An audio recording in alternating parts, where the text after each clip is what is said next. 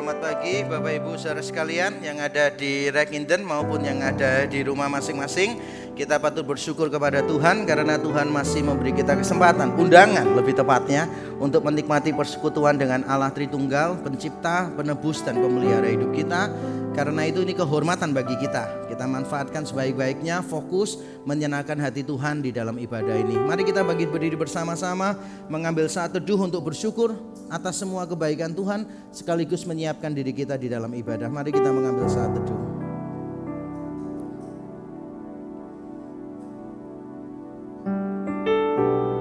Terima kasih. Thank you Jesus. Terima kasih. Terima kasih. Terima kasih.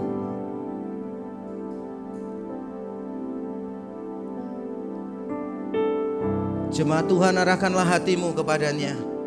Marilah dengan penuh keberanian kita menghampiri tahta kasih karunia Bapa, dengan keyakinan bahwa satu-satunya jalan ke sana telah dibuka, yaitu melalui pengorbanan darah Yesus Kristus, anaknya yang tunggal di atas kayu salib bagi kita, yang sudah dicurahkan ke dalam hati kita melalui karya Roh-Nya yang kudus.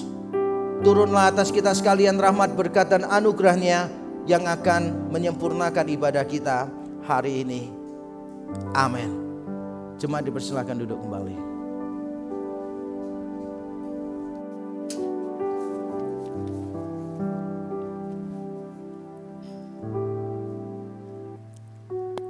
Saudara yang terkasih, firman Tuhan berkata, "Ya Tuhan, Engkaulah Allahku.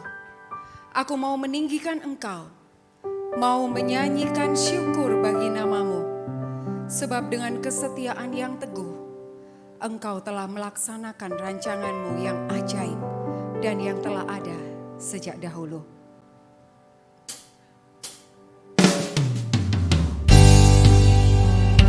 Mari setiap kita mempersiapkan hati kita.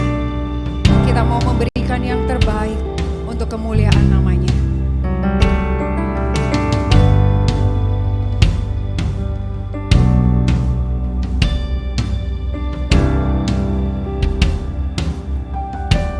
Bila kulihat bintang kemerapan dan bunyi burung riuhku dengar, ya Tuhanku, tak putus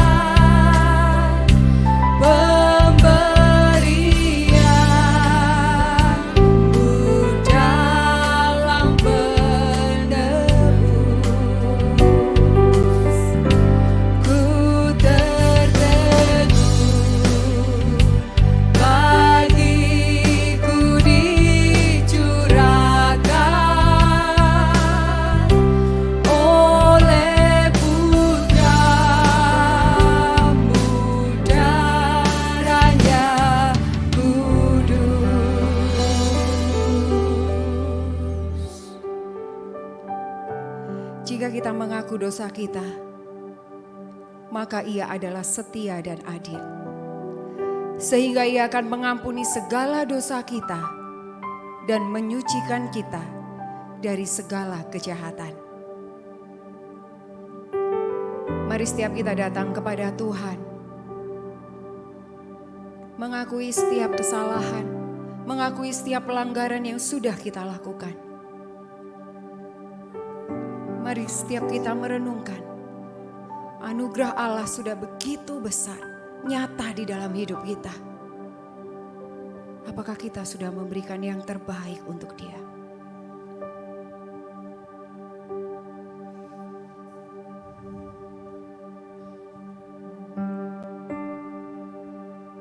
Makasih Tuhan.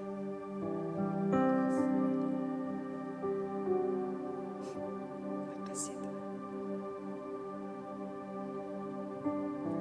Apabila nanti Kristus memanggilku, sukacitaku amatlah besar, karena terkabulah yang kurindukan, melihat Kau Tuhanku akbar, maka jiwaku pun memujimu. Sungguh besar Kau Allahku, maka jiwaku pun memujimu. Sungguh besar Kau Allahku, sungguh besar Kau Allahku, sungguh besar Kau Allahku. Kami sungguh bersyukur Tuhan. Kami mengucap syukur Bapa punya Allah seperti Engkau. Kami bersyukur Tuhan Engkau sudah memilih setiap kami. Engkau mengerti setiap kami Tuhan. Engkau tahu kehidupan kami. Kami datang mohon ampun kepadamu. Ampuni setiap dosa kami. Ajarkan kami untuk setiap hari, untuk mengingat kasih-Mu, untuk mau memberi yang terbaik. Kami mau memuji, kami mau mendengarkan firman-Mu. Kiranya Engkau hadir di tempat ini, hadir di setiap hati kami. Terima kasih Tuhan, terima kasih. Di dalam nama Tuhan Yesus kami berdoa. Amin. Saudara, saya undang bangkit berdiri. Mari bersama-sama kita mengikrarkan pengakuan iman Nisea Konstantinopel yang berbunyi demikian. Aku percaya kepada satu Allah Bapa yang Maha Kuasa, pencipta langit dan bumi, dan segala yang kelihatan dan yang tidak kelihatan. Dan kepada satu Tuhan Yesus Kristus, satu-satunya anak Allah yang diperanakkan dari Bapa sebelum alam semesta. Allah dari Allah, terang dari terang, Allah yang sejati dari Allah yang sejati. Diperanakkan, bukan dicipta, sehakikat dengan Sang Bapa, oleh siapa segala sesuatu dicipta, yang untuk kita manusia dan untuk keselamatan kita telah turun dari sorga, dan diinkarnasikan oleh Roh Kudus dari anak darah Maria dan dijadikan manusia. Ia telah disalibkan juga bagi kita di bawah pemerintahan Pontius Pilatus. Ia menderita dan dikuburkan, dan pada hari ketiga ia bangkit kembali sesuai dengan kitab suci dan naik ke surga dan duduk di sebelah kanan Bapa. Dan ia akan datang kembali dengan kemuliaan untuk menghakimi orang yang hidup dan yang mati, yang kerajaannya takkan berakhir. Dan aku percaya kepada Roh Kudus, Tuhan dan pemberi kehidupan, yang keluar dari Bapa dan Anak, yang bersama-sama dengan Bapa dan Anak, disembah dan dimuliakan, yang telah berfirman dengan perantaraan para nabi. Dan aku percaya satu gereja yang am dan rasuli. Aku mengakui satu baptisan untuk pengampunan dosa, dan aku menantikan kebangkitan orang mati dan kehidupan di dunia yang akan datang. Amin. Amin. Sebab di dalam Dia dan oleh darahnya kita beroleh penebusan, yaitu pengampunan dosa menurut kekayaan kasih karunia-Nya. Haleluya. Mari setiap kita dengan penuh sukacita, dengan ungkapan rasa syukur, hanya anak darah domba Allah saja yang sanggup menghapus dosa kita. Maukah engkau bebas dari dosa? Dalam darahnya ada kuasa dan menangkan segala nafsu jahat. Ajaiblah kuasa darahnya. Maukah engkau bebas dari nafsu? Hanya dalam darahnya ada kuasa. Maukah engkau bebas dari nafsu? Dalam darahnya ada kuasa. Datang padanya, ia akan sucikan. Di dalam kuasa darahnya ada kuasa, kuasa dalam darahnya, darah domba Allah. Ada kuasa, kuasa dalam darahnya, darah domba Allah. Ada kuasa, kuasa dalam darahnya, darah domba Allah. Ada kuasa, kuasa dalam darahnya, dalam darah domba Allah.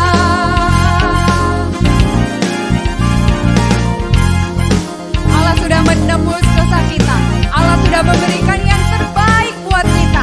Mari kita berkomitmen untuk melayani Dia.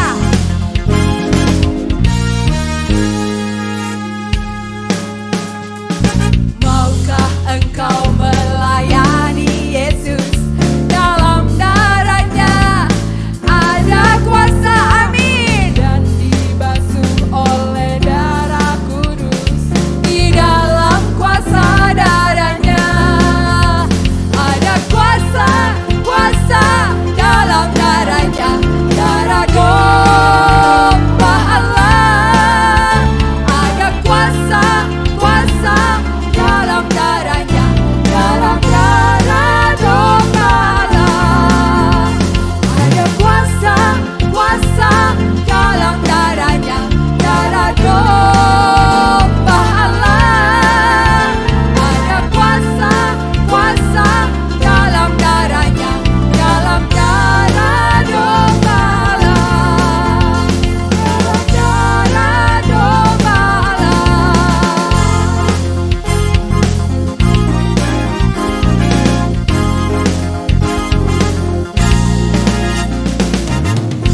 Haleluya, puji Tuhan. Silakan duduk kembali saudara-saudara. Kita akan mempersiapkan hati kita untuk mendengarkan firman Tuhan. Karena hanya firman itu yang menumbuhkan kita untuk semakin mengasihi Allah.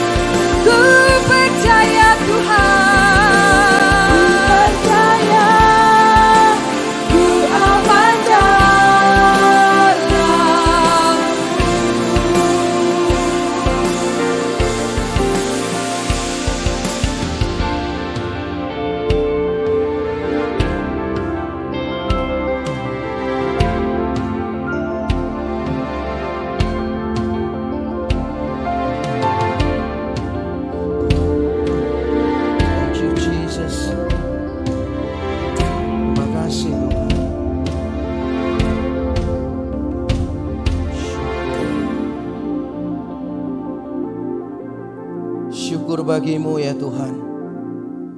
Syukur bagimu, pantaslah kami semua memuji Engkau. Karena Engkau harapan kami yang tidak pernah gagal. Kami seringkali ragu, bahkan kami seringkali mau menyerah di tengah jalan. Tapi kami selalu mendapati bahwa Engkau tidak pernah menyerah untuk mengasihi kami.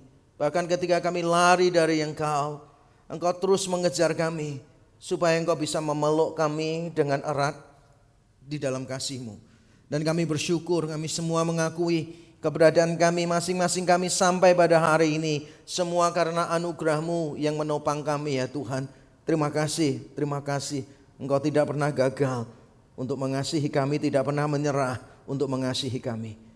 Dan sebentar kami akan mendengarkan firman-Mu. Kami mau menenangkan hati kami, meneduhkan pikiran kami, supaya kami bisa mendengarkan suara-Mu dengan lebih jelas. Kami rindu ya Tuhan supaya Roh Kudus bekerja di tengah-tengah kami. Kami mengalami perjumpaan pribadi dengan Tuhan sendiri melalui pemberitaan firman. Kiranya nama-Mu dimuliakan dan hati-Mu disenangkan. Kiranya Injil Yesus Kristus yang benar dan menyelamatkan, kematian dan kebangkitannya, penebusannya yang sempurna dan beranugerah, kiranya diberitakan sejelas-jelasnya di antara kami. Kami siap untuk mendengarkan firman-Mu, berbicaralah karena kami semua siap untuk mendengar. Di dalam Kristus Yesus Tuhan kami berdoa dan bersyukur.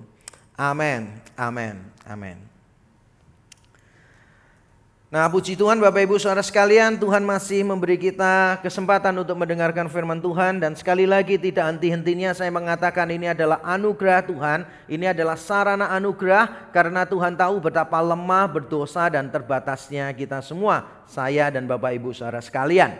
Nah, hari ini adalah minggu yang kedua dan seperti biasa di gereja kita tercinta, minggu yang kedua itu artinya kita melanjutkan seri khotbah eksposisi dari Perjanjian Lama. Dan nanti kita akan membaca dari Amos pasal yang ke-7.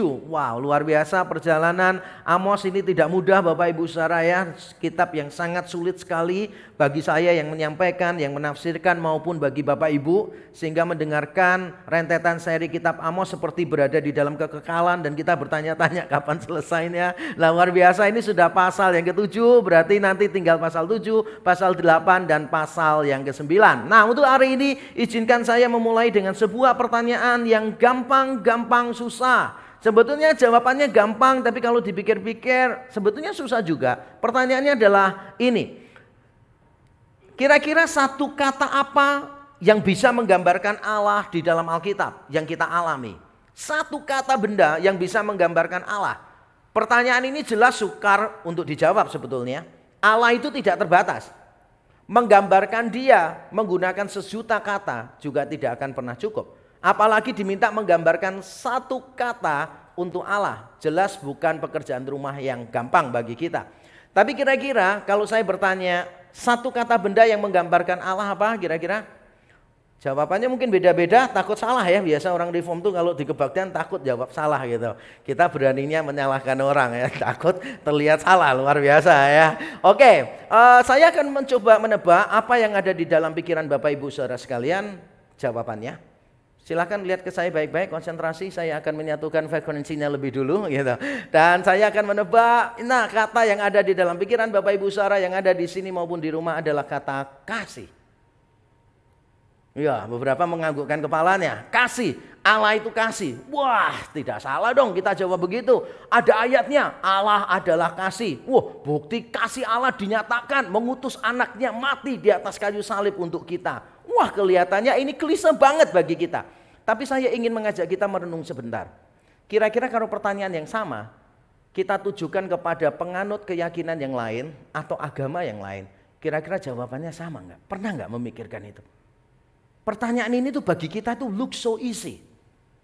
Tapi kalau kita jujur mengamati agama-agama keyakinan-keyakinan yang pernah ada dari dulu sampai sekarang, mari kita bicara zaman Alkitab misalnya. Di sebagian filsafat Yunani kuno, kalau saudara tanya kepada para penganutnya, Allah itu apa atau siapa? Mereka cuma menjawab begini, Allah itu sebuah konsep yang abstrak. Allah itu hanya sebuah pikiran semesta. Allah itu cuma sekadar kuasa yang menggerakkan semesta. Dia terpisah jauh dari ciptaannya. Bahkan ada yang mengatakan Allah itu tidak ada. Kalau kita bertanya kepada penganut agama-agama misteri pada waktu itu, Maka mereka akan menjawab Allah itu monster yang menakutkan. Yang bisanya cuma menuntut, dan menuntut. Bahkan dewa-dewa dipercaya menciptakan manusia supaya manusia melayani dan memberi makan para dewa. Akibatnya apa? Kalau manusia tidak melakukan sesuatu, ya dewanya marah. Nah karena mereka tidak mau dimurkai oleh dewanya, maka mereka berusaha untuk menyuap dewa-dewa itu dengan memberikan ini, itu, dan sebagainya. Bahkan mungkin ada agama yang mengajarkan begini, Allah dengan umatnya itu seperti tuan dan hamba, hakim yang adil. Cuma sebatas itu saja. Umatnya harus melakukan ini dan itu. Kalau sampai tidak melakukan perintah atau melanggar yang dilarang, maka siap-siap akan dihukum. Tapi kalau melakukan perintah, maka siap-siap menerima pahala. Tetapi kekristenan tampaknya melihat Allah dengan cara yang berbeda. Allah kita itu bukan Allah yang bekerja secara mekanis seperti mesin. Mesin itu mekanis. Begitu sudah dipencet tombolnya, dia tidak akan bisa untuk memikirkan hal-hal yang lain, memasukkan belas kasihan di situ. Tidak.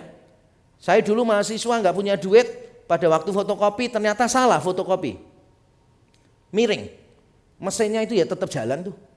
Nggak pernah mesinnya lihat, wah mahasiswa nih miskin nih, dari wajahnya kelihatan balung kiri ini ya. Ini percuma nanti kalau kita kopi begini nanti dia buang duitnya, dia berhenti. Nggak ada. Itu namanya mesin. Semuanya bekerja secara mekanis. Tapi nanti kita akan lihat Allah kita bekerja secara dinamis. Dan yang menjadi penggerak dinamika Allah adalah kasih karunia-Nya bagi kita. Allah kita sekali lagi bukan Allah yang bekerja dengan mekanis, tetapi Allah yang bekerja dengan kreatif, secara dinamis yang digerakkan oleh kasih karunia-Nya. Mari kita membaca Alkitab kita di dalam Amos pasal 7 ayat 1 sampai yang ke-6. Kita membaca bersama-sama. Mari kita membuka Alkitab kita atau bisa membaca di layar. Mari kita baca bersama-sama. Inilah yang diperlihatkan Tuhan Allah kepadaku. Tampak ia membentuk kawanan belalang pada waktu rumput akhir mulai tumbuh, yaitu rumput akhir sesudah yang dipotong bagi raja. Ketika belalang mulai menghabisi tumbuh-tumbuhan di tanah, berkatalah aku, Tuhan Allah, berikanlah kiranya pengampunan. Bagaimanakah Yakub dapat bertahan? Bukankah ia kecil?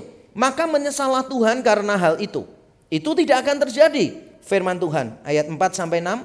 Inilah yang diperlihatkan Tuhan Allah kepadaku. Tampak Tuhan Allah memanggil api untuk melakukan hukuman. Api itu memakan habis samudra raya dan akan memakan habis tanah ladang. Lalu aku berkata, Tuhan Allah, hentikanlah kiranya. Bagaimanakah Yakub dapat bertahan? Bukankah ia kecil? Maka menyesallah Tuhan karena hal itu. Itu pun tidak akan terjadi, firman Tuhan Allah. Amin. Kita sudah melihat firman Tuhan datang kepada Amos. Dan biasanya datang dengan semua peringatan dan kecaman terhadap hukuman Allah. Amos mendapatkan firman Tuhan kalau di pasal 1 sampai pasal 6 melalui suara. Tuhan bicara kepada Amos, Amos menyampaikan kepada bangsa Israel. Itulah yang disebut nabi. Nabi itu penyambung lidah Allah. Tugas utama nabi bukan bernubuat dalam arti memprediksi masa depan. Banyak orang salah kaprah sekarang. Tugas utama nabi itu adalah foretelling, F-O-R-E, foretelling, memberitahu sebelumnya apa yang akan terjadi di depan. Salah. Tugas utama nabi bukan itu. Tugas utama nabi di dalam Alkitab bukan foretelling, tetapi forthtelling, F-O-R-T-H, menyampaikan keluar apa yang menjadi kehendak Tuhan. Seorang nabi tujuan utamanya dipanggil Tuhan adalah menyampaikan, menyambung lidah, menyampaikan kehendak Allah kepada umat. Masalah nanti dia memprediksi masa depan atau tidak, itu sekunder bagi para nabi di Alkitab. Sekarang di gereja-gereja dibalik ya. Memprediksi masa depan justru jadi yang utama. Makanya orang berkata kalau nabi itu memprediksi masa depan. Nah pada waktu kita datang ternyata dia cuma bacakan ayat-ayat Alkitab saja sebetulnya. Bacakan Yeremia 29 ayat 11, aku tahu rancangan apa yang ada padaku mengenai kamu dan seterusnya gitu kan. Jadi saya bingung ini bernubuat atau menghafal ayat Alkitab sebetulnya. Mulai pasal 7, Amos melihat melalui penglihatan. Mendapatkan firman Tuhan melalui penglihatan. Jelas ini berbeda. Coba Bapak Ibu Saudara bayangkan ya, pikirkan kalau boleh milih. Bapak Ibu Saudara suka mendengarkan khotbah saya di radio, suara saja, atau di YouTube, video. Pasti suka audio saja karena kuotanya nggak terlalu banyak kan ya. Saya sudah tahu ya status ekonomi Bapak Ibu Saudara ya. Dan saya menebak Bapak Ibu Saudara yang kaya pun ya tetap suka mendengarkan khotbah saya secara audio sambil melihat foto bintang film Korea yang ganteng-ganteng ya. Saya mengerti maksud jahat dalam hati Bapak Ibu Saudara sekalian. Tapi kalau kita mau jujur, kita melihat diri kita, maka kita lebih suka untuk melihat daripada mendengar. Bukan berarti ini kalah penting, bukan. Tapi ketika kita melihat sesuatu, maka kita itu melihat gambarannya itu lebih jelas gitu, lebih vivid. Dan itu memberitahu kita ada penekanannya. Sekarang bukan cuma audio loh, tetapi sekarang benar-benar ada gambaran sebentar lagi ini akan segera terjadi. Dan itulah penglihatan yang dilihat oleh Amos. Nah hari ini saya akan membagi khotbah saya menjadi dua bagian. Pertama saya akan menerangkan rencana penghukuman Tuhan yang dilihatkan kepada Amos. Lalu yang kedua saya akan menerangkan bahwa rencana tadi ternyata ditunda oleh Tuhan karena sesuatu hal. Nah mengapa ditunda? Nanti kita akan lihat bersama-sama. Tapi sebelumnya mari kita melihat penglihatan yang diterima oleh Amos. Rencana penghukuman dari Tuhan. Saya bacakan ayat 1 dan 4. Inilah yang diperlihatkan Tuhan Allah kepadaku. Tampak ia membentuk kawanan belalang pada waktu rumput akhir mulai tumbuh, yaitu rumput akhir sesudah yang dipotong bagi raja. Ayat yang keempat, penglihatan selanjutnya. Inilah yang diperlihatkan Tuhan Allah kepadaku, tampak Tuhan Allah memanggil api untuk melakukan hukuman. Api itu memakan habis samudra raya dan akan memakan habis tanah ladang. Ada dua penglihatannya paralel, banyak kesamaannya sebetulnya. Sehingga saya memutuskan untuk membahas dua-duanya sekaligus, tidak perlu satu-satu. Di dalam penglihatan yang pertama, ada kawanan belalang yang datang memakan habis hasil panen. Bapak Ibu Saudara yang rajin membaca Alkitab dan membaca kitab nabi-nabi kecil, maka Bapak Ibu Saudara akan tahu belalang ini sering muncul di dalam Alkitab sebagai alat hukuman bagi orang-orang yang tidak taat. Jangankan di kitab-kitab nabi kecil, di dalam kitab lain Keluaran misalnya, kalau Bapak Ibu tahu 10 perintah Allah, bukan ya 10 tulah kepada bangsa Mesir, Bapak Ibu Saudara akan tahu salah satu tulahnya adalah belalang. Belalang menjadi binatang favorit di tangan Tuhan untuk menghukum. Lalu bedanya apa belalang yang di Amos ini dengan belalang-belalang yang ada di tempat lain? Nah menurut saya yang disorot oleh Amos sedikit berbeda. Kalau di Keluaran yang disorot itu jumlahnya. Belalang-belalang itu menutupi seluruh permukaan negeri Mesir. Seluruh tanah Mesir dipenuhi oleh belalang jumlahnya. Kalau di kitab Yoel beda lagi. Yang ditekankan itu jenis-jenisnya. Tuhan itu mengirim berbagai macam belalang dan itu nanti gantian. Belalang pelompat, belalang pelahap dan sebagainya. Ada jenis-jenisnya. Jadi Bapak Ibu Saudara nanti setelah ibadah silakan membaca kitab Amos dan silakan menebak termasuk golongan yang mana. Ada jenis-jenis belalangnya di sana. Tapi bukan itu yang disorot oleh Amos. Yang disorot oleh Amos adalah waktu kedatangan. Waktu kedatangan belalangnya. Dikatakan demikian. Tampak ia membentuk, Tuhan membentuk kawanan belalang pada waktu rumput akhir mulai tumbuh. Yaitu rumput akhir sesudah yang dipotong bagi raja. Keterangan waktunya jelas sekali ya. Yaitu pada waktu rumput akhir mulai tumbuh. Kapan itu?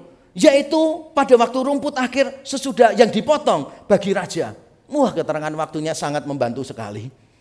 Tampaknya kalau di dalam Alkitab memberi keterangan waktu, terutama kitab Amos itu agak membingungkan kita. Dari awal Amos 1 ayat 1, semua ini terjadi 2 tahun sebelum gempa bumi. Saudara, gempa buminya kapan? Sama, saudara, saya kasih tahu waktunya. Hama ini datang kapan? Yaitu pada waktu awal panen yang kedua, sesudah panen yang pertama. Saudara bingung, panen yang kedua itu apa? Panen yang pertama itu apa? Tapi biarkan saya menjelaskan. Kalau saudara membaca di dalam 1 Raja-Raja pasal 4, tidak usah dibuka, percayalah kepada saya dalam hal ini. Di sana disebutkan bahwa Raja Salomo itu memiliki banyak kuda, memiliki banyak penunggang kuda, dan memiliki banyak orang di istananya. Mereka pasti butuh makan. Mereka mendapatkan makanan dari mana? Dari rakyat. Maka ada aturan begini, pada waktu panen pertama, semua panen berikut dengan sisa-sisanya jerami dan sebagainya dibawa ke istana dan itu dipakai untuk kuda-kuda. Jeraminya diberi kuda-kuda di istana, diberi makan dari jerami itu, dan buah-buahan, sayur-sayuran dipakai untuk orang-orang pegawai istana dan keluarga raja. Belalang kapan datang? Belalang datang pada waktu panen pertama sudah selesai. Lalu ada jarak waktu mulai panen kedua. Nah, panen kedua ini diperuntukkan bagi para petani. Belalang datangnya pada awal panen kedua. Waktunya sangat tepat sekali dan itu sangat mengenaskan. Seandainya belalang itu datang di masa antara panen 1 dan panen 2, maka tidak ada kerusakan sama sekali. Seandainya belalang itu datangnya di akhir panen, mungkin bangsa Israel masih sempat menikmati panen di awal-awal. Sama seperti kalau saudara misalnya memanen buah, itu orang Indonesia cenderung kalau punya pohon sendiri dan ada buah, cenderung itu dipetik sebelum matang. Alasannya apa? Dipetik sebelum hilang. Karena ada banyak mujizat yang bisa terjadi di sekitar kita kan ya gitu. Ada pohon itu dulu di kampus teologi aja begitu, pohon mangga, tiba-tiba kaget saya keluar, sudah ada nama mahasiswanya semua. Termasuk yang bayar kuliah terlambat ikut punya nama di pohon itu. Akhirnya mereka kecewa karena yang dapat adalah codot ya. Codot gak perlu nama, dia dapat semuanya. Nah, orang Indonesia cenderungnya begitu, belum matang sudah diambil. Bahkan memberi orang buah aja cenderungnya dikasih yang mentah. Kenapa dikasih mentah? Harganya lebih murah. Biasanya kalau ngasih paketan buah orang Indonesia berikut dengan beras 1 kilo. Soalnya kalau ngasih mentah dimasukin di dalam berasnya. Nunggu 2 minggu baru akhirnya matang ya. Yang suka beli buah mentah harga murah, angkat tangan. Haleluya ya, luar biasa. Pendeta saudara pasti bangga. Nah, bayangkan waktunya itu datangnya di awal panen kedua. Berarti mereka tidak dapat apa-apa. Dan saudara tahu apa yang terjadi kalau mereka tidak dapat apa-apa? Mereka tidak punya bekal makanan untuk tahun berikutnya. Kelaparan besar ada di depan mata. Dan kalau saudara berkata, wah mengerikan. Tahan dulu. Karena penglihatan yang kedua, wah lebih keren lagi. Penglihatan yang kedua kan begini. Ada api yang keluar. Yang menghanguskan samudra raya dan ladang. Wow, bingung saudara semua. Api menghanguskan samudra raya itu bagaimana ceritanya? Ini air, ini api bisa dihanguskan itu bagaimana ceritanya? Nah, ini dia saudara penjelasannya. Sebetulnya kalau kita lihat di dalam terjemahan hurufiahnya, samudra raya di sini tampaknya bukan terjemahan yang tepat.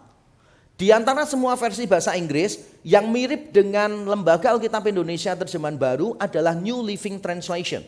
New Living Translation menerjemahkannya memang samudra raya. Tapi hampir semua versi Inggris yang lain menerjemahkannya itu tempat yang sangat dalam. The Great Deep. Tempat yang dalam, yang sangat dalam sekali. Dan saya sebetulnya lebih setuju dengan terjemahan ini karena lebih hurufiah. Api sering muncul di dalam kitab Amos sebagai hukuman. Tapi kali ini dia muncul ditekankan pada kekuatan dan sumbernya. Kekuatannya begitu besar dan sumbernya dari mana? Yaitu dari tempat yang paling dalam. Wah, membantu sekali kan ya petunjuk tempat yang paling dalam. Saudara bingung tempat yang paling dalam itu apa sih maksudnya? Nah, ini dia saudara, kalau kita membaca kita akan melihat penekanannya memang terletak pada kekuatan dan sumber apinya. Sumber apinya kekuatannya besar, memakan habis samudra raya, bukan samudra raya yang lebih tepat, tetapi tempat yang sangat dalam. Tetap kita bingung maksudnya apa. Ada petunjuk yang menolong kita, yaitu di dalam Ulangan 32 ayat 22. Hukuman Tuhan kepada bangsa Israel kalau mereka melanggar perjanjian, tidak menaati hukum Taurat, hukumannya begini bunyinya. Perhatikan kemiripannya dengan Amos tadi. Ulangan 32 ayat 22. Sebab api telah dinyalakan oleh murkaku dan bernyala-nyala sampai ke bagian dunia orang mati yang paling bawah, atau bahasa Ibraninya Sheol. Sheol itu tempat yang ada di bawah kita ini loh, yang ada di bawah kita. Nanti akan saya terangkan supaya kita lebih jelas. Api itu memakan bumi dengan hasilnya, mirip sekali dengan kitab Amos, dan menghanguskan dasar gunung-gunung. Sumber dari api ini adalah Sheol, yang biasanya diterjemahkan dunia orang mati. Tapi Sheol artinya bukan cuma dunia orang mati, tapi tempat yang bawah, bumi di bawah ini, itu tempatnya orang mati. Nah, Sheol itu bisa merujuk pada tempat yang sangat dalam sekali, yang tidak bisa ditelusuri oleh orang yang hidup. Berarti kalau kita gabungkan Ulangan 32 ini dengan Amos, kita bisa menebak api yang dimaksud itu adalah apa? Letusan vulkanik, lahar dan lava yang akan muncul dari gunung-gunung Merapi pada waktu itu. Dan kalau benar ini merujuk pada letupan gunung vulkanik, gunung Merapi yang sangat berapi, ya bukan Merapi, berapi yang sangat dahsyat luar biasa, maka saudara bisa menangkap keseriusan hukuman ini. Kalau hama belalang, akibatnya cuma tidak panen, matinya tidak langsung, matinya masih nunggu, terjadi kelaparan. Tapi kalau vulkanik begitu datang, semuanya habis. Saudara, siapa di sini yang pernah pergi ke Jogja dan pergi ke Museum Gunung Merapi? Ada yang pernah? Di sini orang Surabaya nggak ada yang ke Jogja ya? Oke, luar biasa ya, jemaat sini itu bahagianya sederhana, ke hutan mangrove sebelah sini udah cukup bahagia ya. Oke, puji Tuhan ya, luar biasa. Pendeta saudara bangga. Oke. Saudara kalau pernah pergi ke Museum Gunung Merapi, saudara akan tahu akibat dari letusan Gunung Merapi itu sadisnya luar biasa. Saya juga baru paham setelah saya datang. Tulang-tulang sapi gitu, tulang-tulang kerbau, rumah itu habis. Kemudian logam-logam perkakas logam, semuanya itu bisa meleleh. Dan satu desa, berapa desa lebih tepatnya, benar-benar tertutup oleh abu. Benar-benar luar biasa, dahsyat sekali. Hama belalang itu tidak langsung mematikan. Tetapi vulkanik mematikan bukan cuma ladang, mematikan semua binatang, manusia, semuanya akan lenyap. Harta mereka akan lenyap. Nah, inilah gambaran yang dilihat oleh Amos. Sangat mengerikan sekali. Lalu Amos berdoa kepada Tuhan. Dan apa yang terjadi? Rencana penghukuman Tuhan ditangguhkan. Dengan bahasa begini nih bahasanya. Ayat 3. Maka menyesalah Tuhan karena hal itu. Itu tidak akan terjadi. Firman Tuhan. Ayat 6, maka menyesalah Tuhan karena hal itu. Ini pun tidak akan terjadi. Firman Tuhan Allah. Wow, Tuhan menyesal dengan rencananya dia. Dan ini menimbulkan pertanyaan teologis bagi kita. Memangnya Tuhan bisa menyesal? Coba saudara renungkan, mengapa saudara menyesal? Di sini tidak pernah menyesal?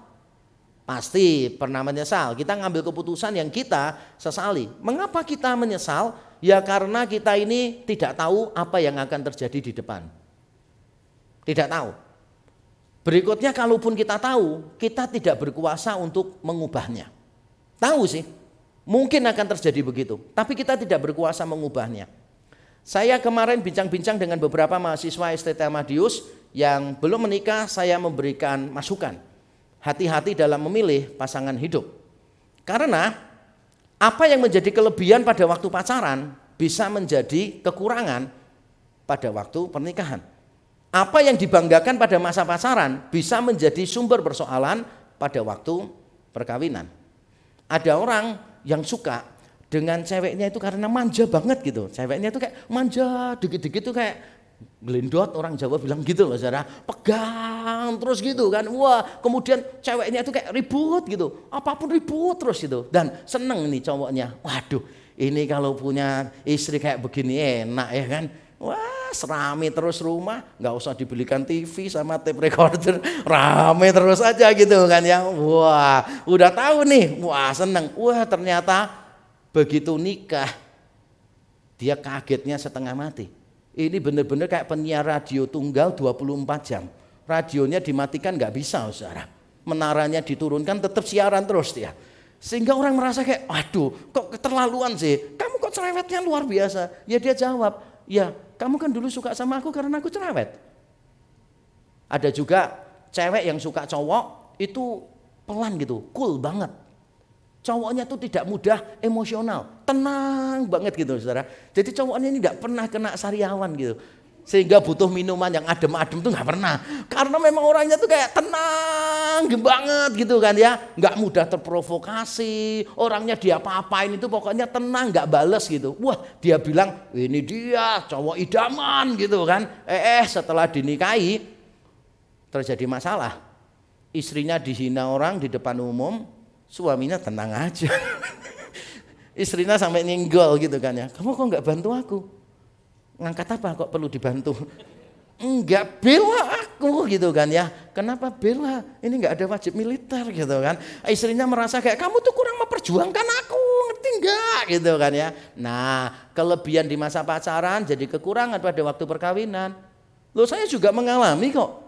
Saya milih istri saya itu kan salah satunya dia bisa ngurus segala sesuatu. Sungguhan, istri saya itu bisa ngurus segala sesuatu dengan sempurna. Saya enggak ngapa-ngapain aja tetap dia bisa hidup. Karena dia memang mandiri, semuanya diurusin. Wah, saya pikir kalau punya istri model begini enak, ya kan? Saya fokus pelayanan, dia fokus ngurus semuanya. Setelah menikah baru saya kaget, dia ngatur semuanya, termasuk ngatur saya. Itu yang saya nggak bisa terima. Di awal-awal bertengkar terus gara-gara begitu, sampai saya ngomong gini, kamu boleh ngatur semua, but me, kecuali aku gitu kan ya. Jadi apa yang menjadi kelebihan pada waktu pacaran bisa jadi kekurangan loh, sungguh. Ada orang yang misalnya begini nih, kalau ngomong tuh ketus, gitu. Kalau ngomong tuh ketus, tapi mencoba untuk bersabar begini, nggak apa-apalah ketus. Nanti kalau nikah kan tambah tua, mesti tambah bijaksana, ya kan? Makan asam garam kan? Wah, setelah menikah baru sadar, terlalu banyak asam garam itu mudah marah tambahan. Udah ketus, mudah marah. Mahnya kumat terus soalnya kebanyakan asam dan garamnya tekanan darah tinggi gitu. Wah, akhirnya setelah nikah baru dia sadar jenis ini tidak bisa dilawan kecuali dengan doa dan puasa. Dan itulah yang terjadi. Kita menyesal. Nah, Tuhan itu bisa menyesal nggak sih? Kan Tuhan Maha tahu. Dan kalau Tuhan tahu sesuatu kan Tuhan juga bisa mengubah toh. Lalu bagaimana kita memahami ini? Nah, inilah yang disebut dengan nama. Nanti lupakan ya istilahnya ya. Saya cuma pakai istilah di awal saja supaya kelihatan kalau saya pernah sekolah teologi. Yaitu istilahnya adalah antropopatisme. Antropopatisme berasal dari dua kata. Antropo itu antropos, patisme itu patos. Saudara tahu nggak? Simpati itu dari kata sun bersama-sama dan patos perasaan. Empati itu berasal dari kata en di dalam dengan patos perasaan. Makanya ada orang bilang empati itu lebih dalam. Ya sudah jelas bro, artinya memang di dalam itu perasaan yang ada di dalam, bukan cuma simpati. Nah, antropopatisme itu begini, Tuhan menyatakan dirinya dalam perasaan-perasaan manusia. Beberapa orang menyebut ini antropomorfisme, tapi kurang tepat. Antropomorfisme itu berarti antropos manusia dengan morfe. Morfe itu bentuk. Ini bukan antropomorfisme. Antropomorfisme itu begini, tangan Tuhan tidak kurang panjang untuk menolong, telinga Tuhan tidak kurang tajam untuk mendengar. Nah, itu antropomorfisme. Tuhan memakai bentuk-bentuk manusia, tapi ini Tuhan menggunakan perasaan-perasaan manusia. Dan kalau saudara tanya saya, Tuhan bisa menyesal enggak? Jawabannya, dia tidak bisa menyesal. Tapi mengapa disebutkan menyesal? Ya ini ungkapan manusiawi. Saya akan ajak saudara membaca satu teks. Biasanya saya tidak mengajak saudara pergi kemana-mana. Kali ini saya akan mengajak saudara melihat satu teks karena ini menjadi teks kunci. Yaitu di 1 Samuel pasal yang ke-15. Tentang Saul dan Samuel. Ayat yang ke-11 dikatakan, aku menyesal karena aku telah menjadikan Saul raja. Ayat 11. Lalu ayat yang ke-35, dan Tuhan menyesal karena ia menjadikan Saul raja atas Israel. Jadi menyesal. Menariknya di tengah-tengahnya begini. Lagi sang mulia dari Israel tidak berdusta dan ia tidak tahu menyesal. Mengapa? Sebab ia bukan manusia yang harus menyesal. Tidak mungkin bagian ini kontradiksi. Sebab kalau kontradiksi penulisnya pasti dengan mudah mendeteksi. Wong satu pasal kok. Dan lihat urutannya tuh, awal, akhir sama, tengahnya beda. Berarti intinya terletak di mana? Di tengah. Ini strukturnya itu adalah struktur bread jam bread. Bread roti, jam selai, bread roti. Jadi ada roti sama tengah-tengahnya selai. Itu ada orang Indonesia pergi ke restoran internasional sama teman-temannya, terus ditanya, mau makan apa? Dia bingung. Karena dia nggak pernah makan western, nggak pernah makan international menu itu, nggak pernah dia. Jadi teman-temannya udah pesen kan, spaghetti lah, apa semuanya begitu kan. Dia bingung pesen apa ya gitu. Bahasa Inggrisnya terbatas lagi. Nah tapi dia ingat tuh, oh ya dia cuma tahu roti itu bread, selai itu jam. Akhirnya dia bilang, I order bread jam bread. Gitu. Pelayannya sampai bingung, menu apa bread jam bread. Nah kalau saudara lihat ini ya, jadi ini awal dan akhir menyesal, di tengah-tengahnya tidak. Berarti intinya ada di tengah gitu loh. Tuhan itu bukan manusia sehingga dia menyesal. Kalau sampai dikatakan Tuhan menyesal, berarti Tuhan mengakomodasikan diri, istilah John Calvin begitu. Tuhan itu merendahkan diri, mengakomodasikan di dalam kelemahan kita, supaya kita tahu bagaimana dia merasa. Bagaimana isi hati Tuhan. Nah itu dinyatakan dalam bentuk manusia. Nah karena itu kita harus berhati-hati. Begini, kita harus berhati-hati dengan dua ekstrim yang seringkali terjadi di antara orang Kristen. Yang pertama adalah fatalisme, yang kedua adalah humanisme. Kalau fatalisme itu orangnya pasrah, pasif gitu. Lagunya adalah kue sera sera, whatever will be. Atau dalam bahasa Ibraninya sakarepmu gitu kan. Terserah Tuhan lah, Tuhan mau ngapain. Dia percaya Tuhan sudah merencanakan semua. Gak usah doa, gak usah usaha, gak usah ngapa-ngapain. Toh semua akan terjadi seperti ketetapan Tuhan. Ini ada orang punya pikiran gitu. Tapi ekstrem berikutnya adalah humanisme. Orang-orang Kristen yang berkata begini nih. Kita ini kalau gak doa, gak dapat apa-apa dari Tuhan. Makanya harus berdoa. Kalau kita gak beriman, Tuhan gak bisa kasih kita. Mau sesuatu terjadi, semua tergantung kita. Mau gak kamu? Dia lupa bahwa kadangkala dia pergi ke satu tempat lupa berdoa, pulang tetap selamat sampai rumah.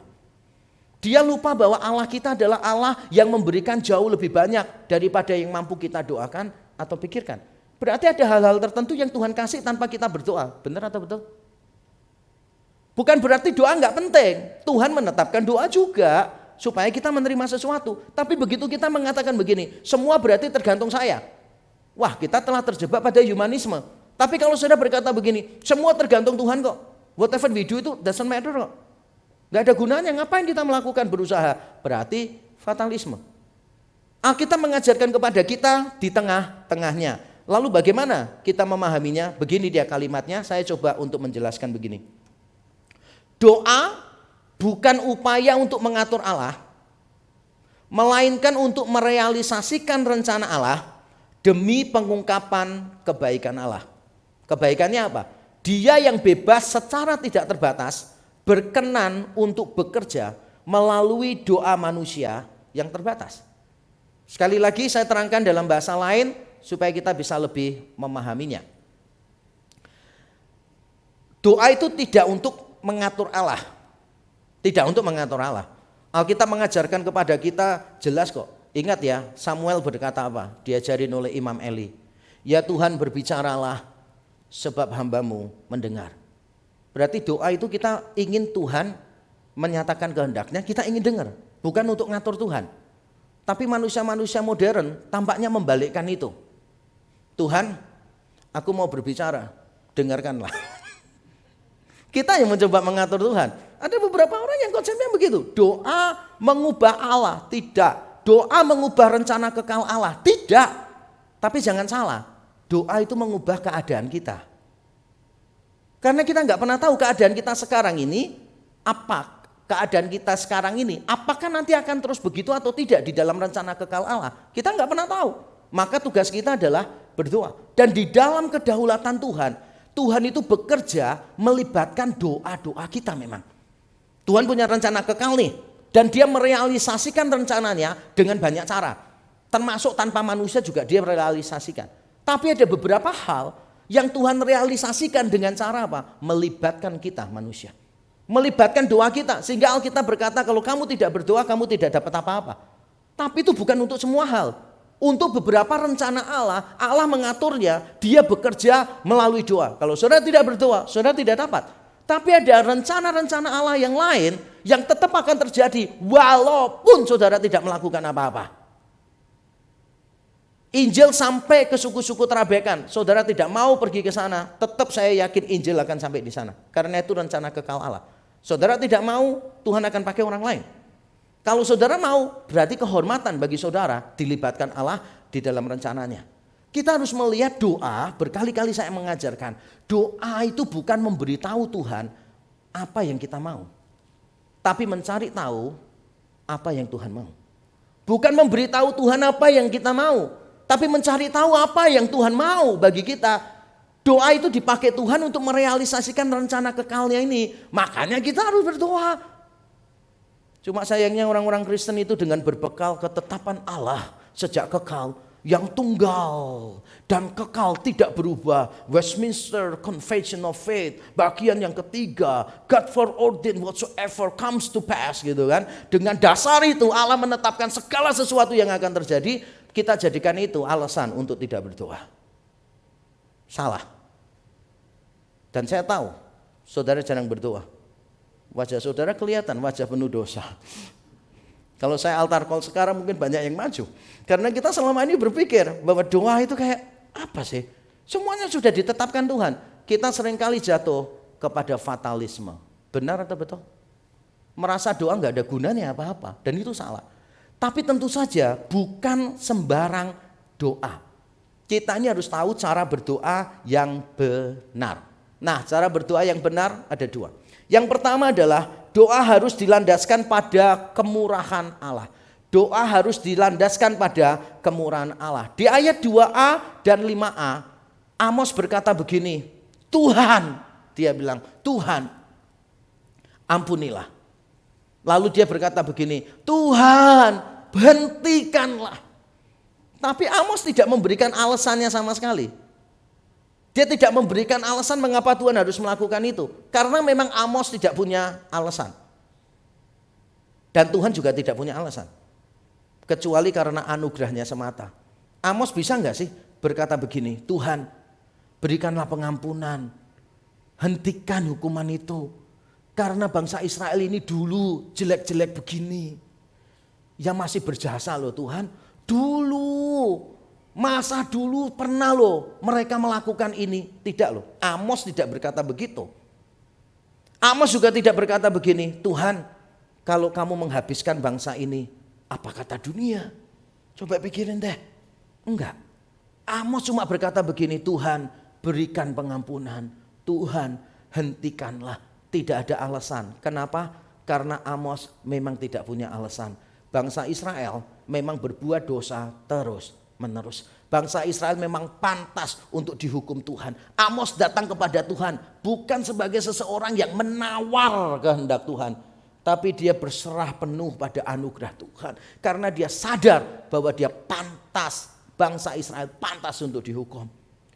Saya dulu pada waktu menjadi pimpinan di salah satu STT yang lama, ada satu mahasiswa itu yang melakukan pelanggaran terus, dihukum terus sampai hukuman puncak, diskorsing 1 tahun gitu. Harus di kampus, dibina kerohaniannya. Sudah dibegitukan, tetap aja melakukan kesalahan fatal. Sampai akhirnya saya panggil dan saya tanya, kalau kamu jadi dosen, kira-kira yang kamu lakukan apa kepada mahasiswa seperti kamu? Dia jawab, pasti dikeluarkan Pak. Terus dia bilang, keluarkan saya Pak, saya pantas untuk dikeluarkan. Lalu saya bilang, terjadilah menurut perkataanmu. Bukannya, saya bilang begini, karena keadilan dan aturan memang kamu harus dikeluarkan. Tapi kamu dengar kalimat saya. Setelah kamu dikeluarkan, setahun kemudian kamu daftar kembali ke tempat ini. Di mana kamu berdiri, di situ kamu jatuh. Dan tiap kali kamu datang, tahun depan kamu datang, selalu akan ada pelukan, ada welcoming kepada kamu. Dan akhirnya benar 1 tahun keluar, dia melanjutkan di STT itu. Dan ketika dia jadi hamba Tuhan berjumpa dengan saya, dia berkata begini, saya belajar anugerah pada momen itu Pak. Saya sadar saya pantas dihukum. Dan saya bersyukur menjalaninya. Tapi saya bersyukur untuk kesempatan yang diberikan. Dia bilang sebetulnya tidak pantas diterima kembali. Amos melihat bangsa Israel seperti itu. Datang kepada Tuhan merasa apa sih yang perlu diperjuangkan? Gak ada. Memang bangsa Israel kayak begitu.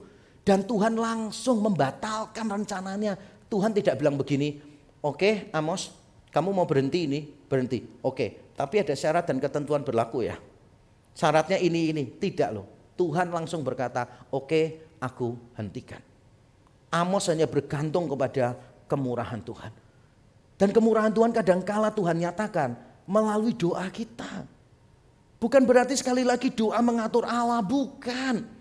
Tapi di dalam anugerahnya Tuhan memakai doa kita menjadi saluran anugerah bagi orang lain. Saya mau berkata begini saudara, anugerah Allah yang hebat seringkali dinyatakan melalui doa syafaat. Doa syafaat bukan penentu, tetapi sarana anugerah yang kita perlu. Saya bisa berdiri sampai sekarang ini saudara, karena ada orang-orang yang mendoakan saya. Dan orang-orang itu datang kepada saya berkata, Pak, tiap pagi saya mendoakan Bapak. Pagi malam dalam doa saya menyebut nama Bapak. Ada satu keluarga di luar kota juga berkata kepada saya, Pak, tiap kali satu keluarga berkumpul, nama hamba Tuhan yang kami sebut salah satunya adalah Pak Yakub. Saudara, bagaimana saya bisa kuat tanpa orang-orang yang mendoakan? Makanya bukan tanpa kebetulan kalau Alkitab mengatakan jemaat-jemaat doakan para pemimpinmu. Karena mereka masih ada dagingnya, masih ada kedagingannya. Dan saudara bisa mendoakan supaya Tuhan menopang hamba-hamba Tuhan yang ada di sini. Hamba-hamba Tuhan juga mendoakan jemaat supaya saudara bertahan di dalam situasi yang sulit. Anugerah Tuhan yang hebat kadang diberikan melalui doa syafaat. Makanya di tempat kita Sabtu pagi ada doa pagi. Di situ ada doa syafaat yang begitu banyak. Kita doakan orang-orang yang belum mendengarkan Injil di suku-suku terabaikan. Kita doakan pergumulan yang ikut doa pagi. Kita doakan pelayanan. Kita doakan diri kita sendiri. Karena kita percaya bahwa Tuhan bekerja di dalam doa. Bukan berarti Tuhan bisa diatur oleh doa, salah. Kalau saudara berkata, pokoknya kalau kita punya iman, Tuhan gak punya pilihan. Kalau kita berdoa, Tuhan akan kita paksa bekerja. Haleluya, haleluya. Salah konsepnya. Di dalam doa, kita itu merintih di hadapan Tuhan. Dan berkata, Tuhan, tidak ada yang baik yang aku bisa bawa sebagai alat tawar di hadapanmu. Hanya anugerahmu yang aku perlu. Harusnya itu begitu di dalam doa. Jangan malah membanggakan diri. Aneh itu. Tuhan, aku sudah berdoa hidup saleh di hadapanmu. Sekarang aku mau minta giliranku. Itu bukan orang yang bersandar pada kemurahan Tuhan. Mau doa yang benar harus dilandaskan pada kemurahan Allah. Yang kedua, yang terakhir saudara, yang berkaitan dengan tadi adalah doa juga harus dilandaskan pada ketidakmampuan manusia. Di dalam ayat 2b dan 5b Amos berkata begini, bagaimanakah Yakub dapat bertahan? Yakub ini perwakilan bangsa Israel. Bukankah ia kecil? Bagaimana bisa bertahan? Bukankah ia kecil? Amos menyadari betapa terbatas dan betapa lemahnya bangsa Israel. Sekarang mereka sedang menghadapi hukuman Tuhan yang begitu besar. Amos menangis di hadapan Tuhan dan Amos berkata, Tuhan lihat kami ini kecil. Bagaimana kami bisa bertahan? Bagaimana kami bisa bertahan? Doa itu didasarkan pada kesadaran bahwa kita tidak mampu gitu loh saudara. Makanya saya heran. Banyak hamba Tuhan itu kalau mengajarkan doa klaim janji Allah. Bahkan ada yang bilang kita perlu mengingatkan Tuhan. Supaya Tuhan ingat kepada janji-janjinya. Kita perlu terus-menerus ingatkan Tuhan. Tuhan itu bukan haji bolot. Yang kalau diajak ngomong perlu berkali-kali karena nggak nyambung-nyambung saudara. Tuhan itu mengenal pergumulan kita, amin. Dia tahu kok setiap tetesan air mata kita loh, dia tahu. Ya cuma kita datangnya kepada dia itu jangan dengan kesombongan. Datang dengan pengakuan atas ketidakmampuan kita. Dalam kalimat saya begini saudara, persandaran pada kasih karunia tidak mungkin dipisahkan dari pengakuan terhadap ketidakmampuan kita. Persandaran pada kasih karunia, poin yang pertama, tidak mungkin dipisahkan dari pengakuan terhadap ketidakmampuan kita. Tapi saya perhatikan, saya pernah berdoa secara keliru.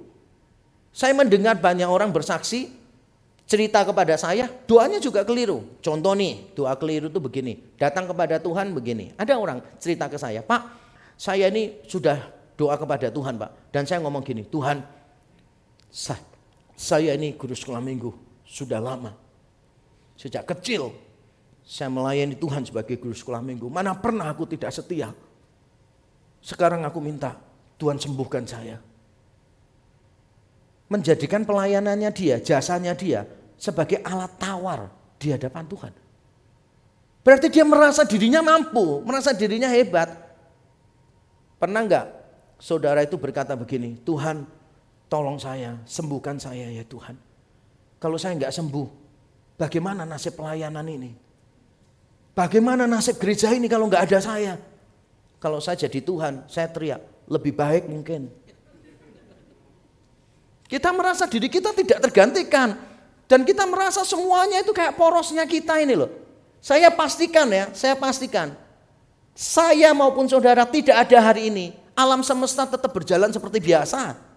Kita kadang-kadang merasa kayak jadi porosnya alam semesta gitu loh. Kalau nggak ada kita nanti pelayanan goyah bagaimana? Tidak, Tuhan yang punya pelayanan kok. Nggak ada kita nggak apa-apa. Tapi Tuhan melibatkan kita gitu loh. Kalau saya selalu punya prinsip begini, tidak ada saya, tidak apa-apa. Tapi bukan berarti saya tidak berharga. Bukan berarti apa yang saya lakukan tidak berharga. Tapi maksudnya kalau tidak ada saya, tidak ada yang saya lakukan pun juga tidak apa-apa. Tuhan bisa bekerja dengan caranya sendiri. Tapi kita mendatangi Tuhan dengan kesadaran kita tidak mampu. Ketika dipakai Tuhan bersyukur, saudara, bersyukur kalau dipakai Tuhan. Banyak orang masih sok merasa hebat di hadapan Tuhan. Kita lupa bahwa kita harus datang dengan ketidakmampuan kita.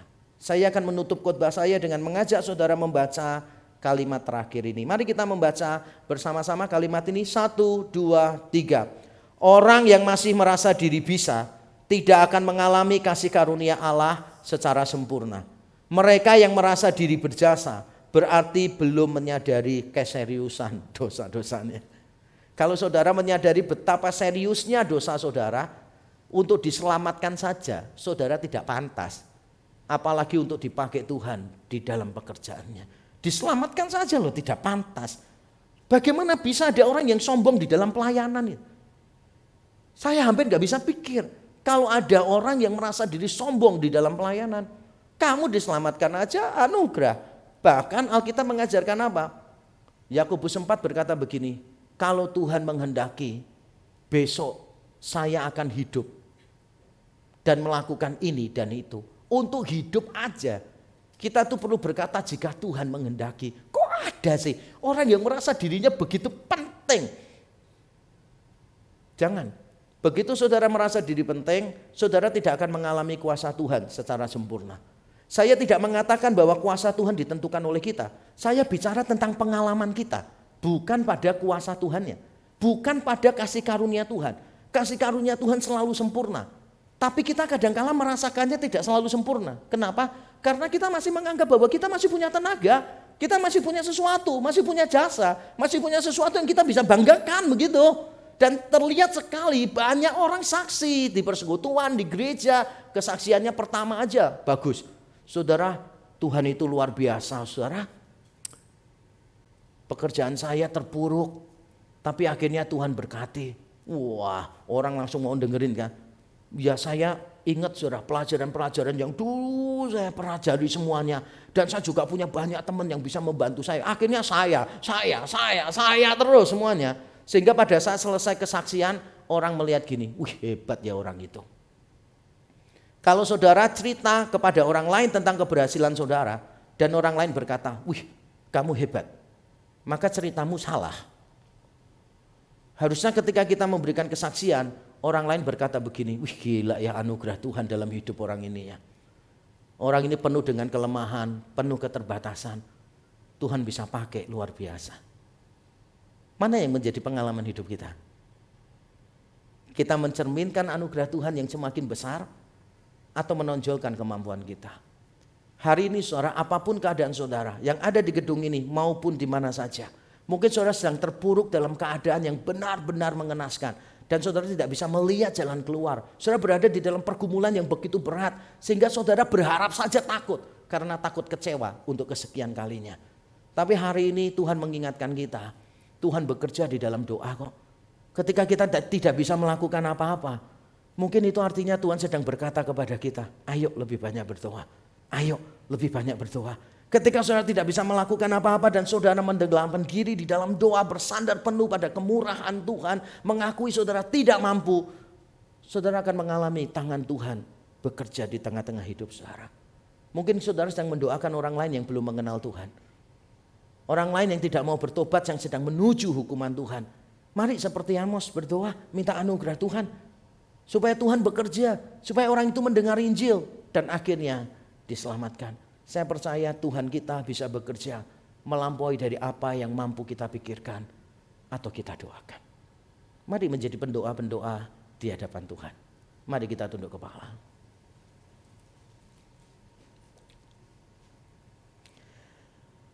Mari masing-masing kita datang kepada Tuhan, menyerahkan semua pergumulan kita di dalam doa. Jangan pernah lagi ragu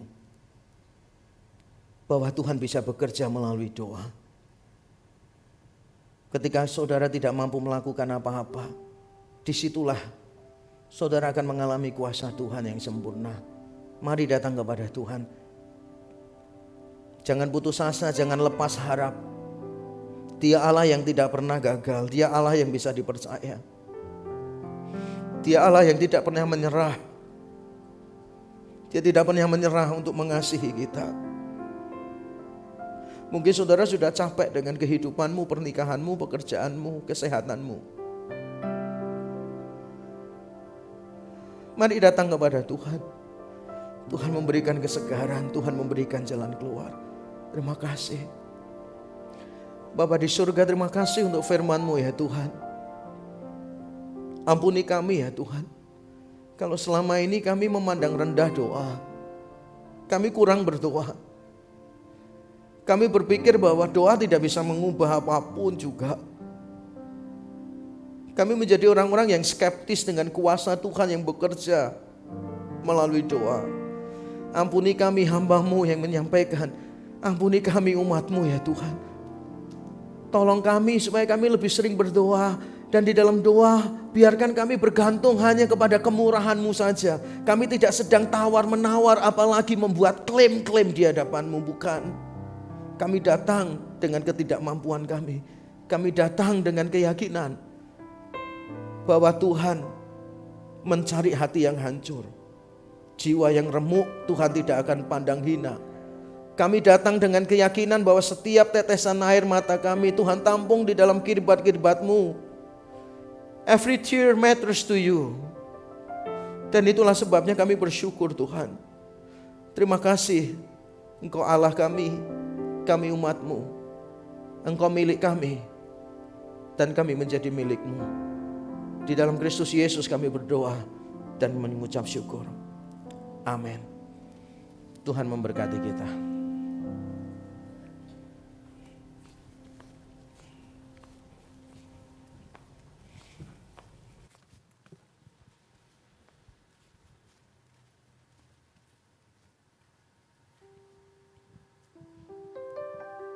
Tiba waktunya kita memberikan persembahan. Bagi saudara yang berada di tempat ini, saudara bisa memberikan persembahan melalui amplop yang tadi sudah dibagikan atau di belakang Bapak Ibu.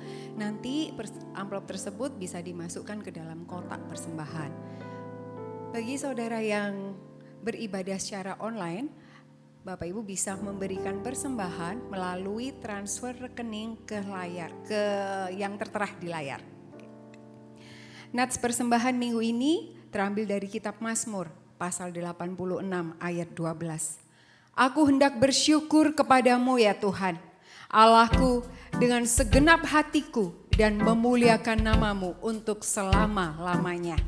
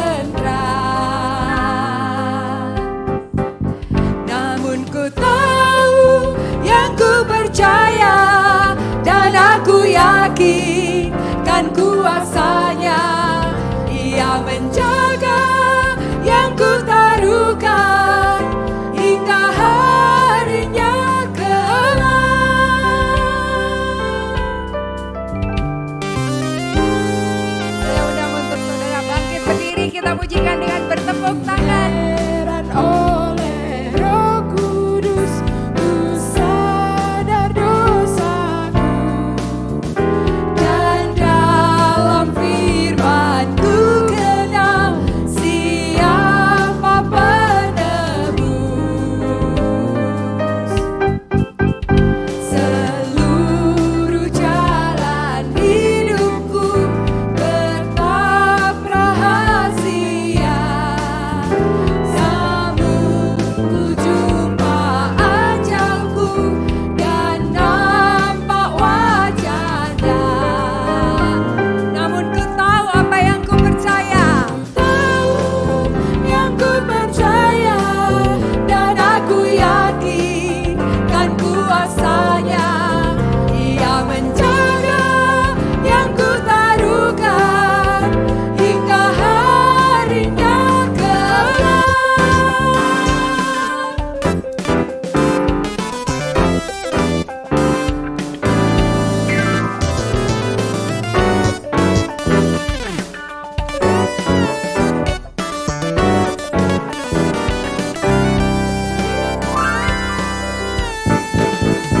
Namun ku tahu yang ku percaya, dan aku yakin kan kuasanya. Ia menjaga yang ku taruhkan hingga harinya kelak. Namun ku tahu yang ku percaya, dan aku yakin kan kuasanya. Ia menjaga yang ku taruhkan hingga harinya kelak, hingga harinya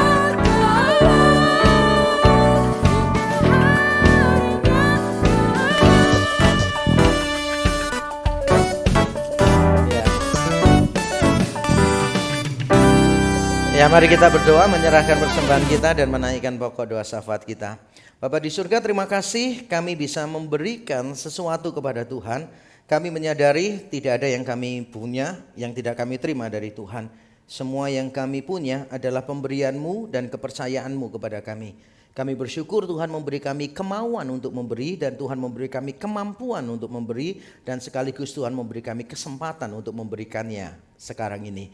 Terima kasih, kami berdoa untuk para majelis, untuk para pengurus hamba Tuhan, beri mereka hikmat supaya mereka bijaksana mengatur keuangan ini, supaya mereka melihat setiap rupiah sebagai berkat dari Tuhan. Ingatkan mereka bahwa mungkin di dalam 1-2 rupiah ada tangan-tangan yang berkekurangan, yang sudah belajar memberi dari kekurangan mereka.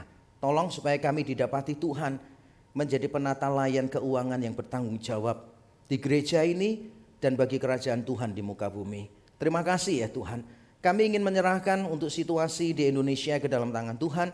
Kami menyerahkan untuk keadaan ekonomi di bangsa ini ya Tuhan. Ada krisis internasional, migas, ada perubahan nilai mata uang yang mungkin akan terjadi secara drastis di beberapa tempat, ada bahaya inflasi yang besar-besaran. Kami berdoa kiranya Tuhan berkemurahan atas negara ini ya Tuhan. Ada kenaikan bahan-bahan pokok yang nanti juga akan berdampak pada harga-harga yang lain. Kami berdoa beri hikmat kepada Bapak Presiden Jokowi, Ibu Menteri Keuangan, Ibu Sri Mulyani, dan semua pejabat yang terkait supaya mereka bisa memikirkan cara-cara yang paling tepat untuk mengatasi dampak pandemi yang belum berakhir dan dampak krisis internasional ini. Kami mohon anugerah Tuhan atas bangsa kami. Kami juga menyerahkan ya Tuhan untuk kekhawatiran banyak orang tentang liburan Lebaran nanti. Banyak orang akan pulang kampung berjumpa dengan keluarganya dan persebaran COVID mungkin akan naik kembali. Tapi kami berdoa memohon di hadapan Tuhan kalau boleh kiranya ini akan menjadi pandemi yang terakhir, varian yang terakhir yang akan menimpa kami ya Tuhan. Tolong, sudah banyak kesulitan, sudah banyak kerusakan di berbagai bidang ya Tuhan. Kami menghibah di hadapan Tuhan. Tolonglah anugerah-Mu. Tuhan berikan kesadaran kepada para masyarakat supaya mereka tetap bisa menjaga prokes dengan baik. Tuhan tolong kepada para pejabat supaya menetapkan aturan-aturan dengan tegas semua. Tuhan tolong campur tangan supaya pandemi akan menjadi endemi, sehingga kami bisa melakukan kegiatan kami sehari-hari dengan normal, roda ekonomi bisa berjalan dengan baik, pendidikan bisa berjalan dengan lebih baik, segala sesuatunya menjadi lebih baik. Kami berdoa, Tuhan tolonglah. Kami juga menyerahkan ya Tuhan untuk suku-suku yang belum mengenal Tuhan, suku-suku terabaikan yang ada di Indonesia. Secara khusus kami menyerahkan ke dalam tangan Tuhan. Kiranya Tuhan berkemurahan atas mereka. Tuhan gerakkan gereja-gereja Tuhan supaya mereka tidak hanya peduli dengan diri mereka sendiri dan membesarkan kerajaan mereka sendiri. Buat mereka menjadi tidak nyaman dan berani keluar dari zona nyaman mereka, mulai melihat ada banyak orang yang membutuhkan Injil Tuhan. Kiranya Tuhan gerakkan. Tolong rek ya Tuhan, supaya terus menerus menjadi gereja yang misional. Kami bersyukur Tuhan mempercayakan beberapa ladang misi suku terabaikan kepada kami. Kami berdoa kiranya Tuhan berkemurahan atas kami secara khusus untuk semua misionaris, semua guru yang kami kirim ke ladang mereka yang ada sebagai frontliners di sana. Tuhan berkemurahan atas mereka, beri kekuatan, penghiburan, pengharapan terus di dalam Tuhan. Tolong tim misi juga ya Tuhan yang merencanakan segala sesuatu, pengembangan, pemantauan, monitoring. Tuhan juga sediakan dana-dana yang kami perlukan supaya pekerjaan misi tidak berhenti. Tuhan pakailah kami terus, karena ini adalah sebuah kehormatan bagi kami, bukan pengorbanan tapi kehormatan, karena Allah yang tidak membutuhkan siapa-siapa mau melibatkan kami di dalam rencananya. Kami bersyukur untuk itu, di dalam Kristus Yesus Tuhan kami berdoa. Amin. Bapak Ibu dipersilakan duduk kembali dan kita akan menyaksikan warta jemaat. Halo jemaat sekalian, welcome to Reform Exodus Community. This is our church, this is our home. Kami ucapkan selamat datang bagi Anda yang baru bergabung hari ini. REK adalah gereja yang tepat bagi Anda yang peduli dengan care, teaching, and mission. Jika Anda ingin terhubung dengan komunitas tertentu di REK atau ingin didoakan, jangan ragu untuk menghubungi kontak berikut ini. Selamat bagi Anda yang berulang tahun di minggu ini. Kiranya kasih, iman, dan pengharapan Anda semakin dikuatkan di dalam Kristus melalui topangan Roh Kudus.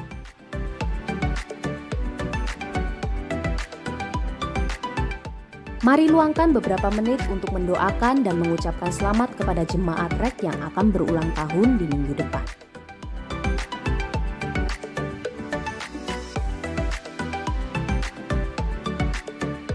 Mari bergabung dalam doa pagi setiap Sabtu pukul 5:30 pagi. Bagi Anda yang belum tergabung dalam grup WhatsApp, silakan mendaftar di link berikut ini untuk mendapatkan link Zoom. Mari bergabung bersama discipleship groups di setiap gereja lokal. Catat hari dan waktunya. Mari kita bersama bersekutu dan bertumbuh dengan sesama. Ayo teman-teman muda, bergabunglah di dalam persekutuan online remaja dan pemuda. Info link Zoom langsung hubungi kontak berikut ini. Bersyukur oleh pertolongan Tuhan, kita dapat melaksanakan ibadah ucapan syukur renovasi REK Nginden pada 3 April yang lalu. Meski sudah diresmikan, masih ada beberapa bagian pembangunan yang harus diselesaikan. Mari jemaat dukung terus penyelesaian gedung REK Nginden dalam doa dan dana yang dapat ditransfer melalui rekening berikut ini. Persekutuan Pemuda REK Kutisari EXO Youth akan mengadakan camp pemuda pada 26 sampai 28 Mei yang bertempat di Rumah YWI, Malang. Pendaftaran early bird seharga Rp350.000 dibuka sampai tanggal 15 April. Harga reguler Rp500.000 dibuka sampai 15 Mei. Ayo, tunggu apa lagi? Segera daftarkan dirimu di bit.ly/yukmetu. Untuk informasi lebih lanjut, silahkan menghubungi kontak person di flyer berikut ini. Halo sedulur, pandemi wis mari iki. Ayo, nang padha lunga nang gereja. Iso kumpul bareng, iso becengisan, iso saling ndongakno. Yo, ayo tak enteni, jangan adus. Cepetan. Loh, pancet ae malah lungguh melok ibadah ning omah. Sikile petang keringan malah nyemil sisan. Nyemile petai mentah sisan. Ayo ibadah aja lali. Aduse soalnya biasanya nek ning omah ibadah gak pernah adus toh. Monggo jamaah sedaya kula aturi tindak nang gereja kita saged muji asmanipun Gusti Yesus sesarengan. Mirengaken sabdanipun Gusti. Ayo. Shalom jemaat sekalian, saya di sini ingin mengumumkan bahwa bagi Anda yang selama ini mengikuti ibadah online di REK secara teratur setiap minggu, sehingga dengan kata lain REK telah menjadi gereja online Bapak Ibu Saudara, bukan cuma jajan, bukan cuma sesekali melihat, tapi Anda merasa memang bertumbuh dan secara rutin mengikuti ibadah di tempat kami. Maka kami sangat berharap Anda berkenan mengisi link berikut ini. Kami membutuhkan data dari Anda supaya kami bisa memikirkan langkah-langkah ke depan, pelayanan apa yang kami bisa berikan lebih untuk menolong Bapak Ibu Saudara bertumbuh di dalam Kristus. Jadi pastikan Bapak Ibu Saudara mengisi link ini dan kami berharap kami bisa memberikan lebih daripada sekadar ibadah online. Tuhan memberkati kita.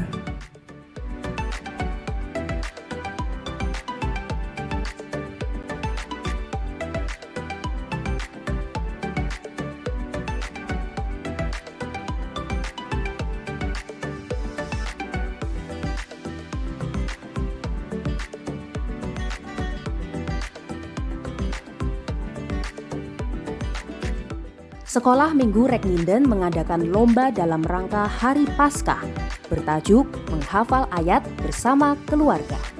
Kriteria video tertera berikut ini. Video dikumpulkan paling lambat tanggal 10 April. Info lebih lanjut silahkan menghubungi Kak Vena di nomor berikut. Demikianlah informasi untuk minggu ini. Stay safe, stay healthy, dan ayo ibadah onsite. God bless you and see you next week.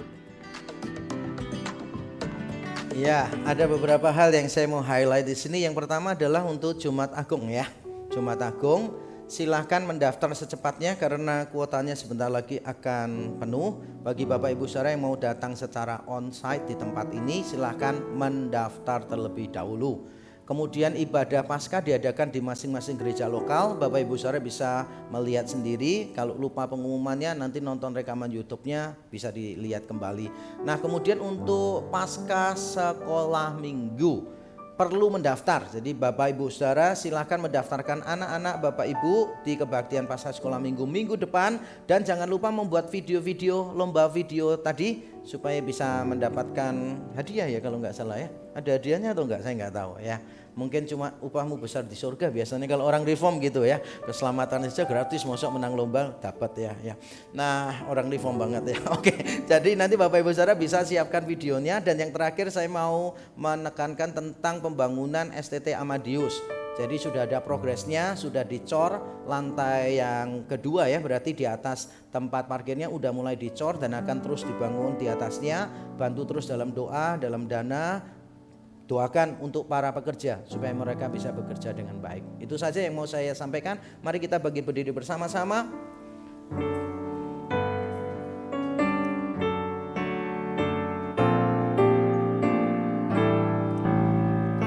Puji Allah Bapa Putra, puji Allah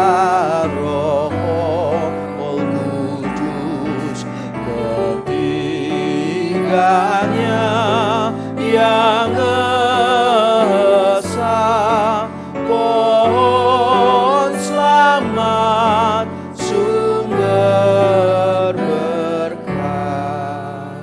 Jemaat Tuhan, arahkanlah hatimu kepadanya. Kini tiba saatnya engkau diutus oleh Tuhan, dan karena itu terimalah berkatnya. Kiranya Bapa di surga memberkati dan melindungi engkau. Kiranya Yesus Kristus menyinari engkau dengan wajahnya dan memberi engkau kasih karunia. Kiranya Roh Kudus menghadapkan wajahnya kepadamu dan memberi engkau damai sejahtera sekarang sampai selama-lamanya. Terimalah berkat dari Allah Tritunggal ini di dalam nama Tuhan Yesus Kristus. Amin.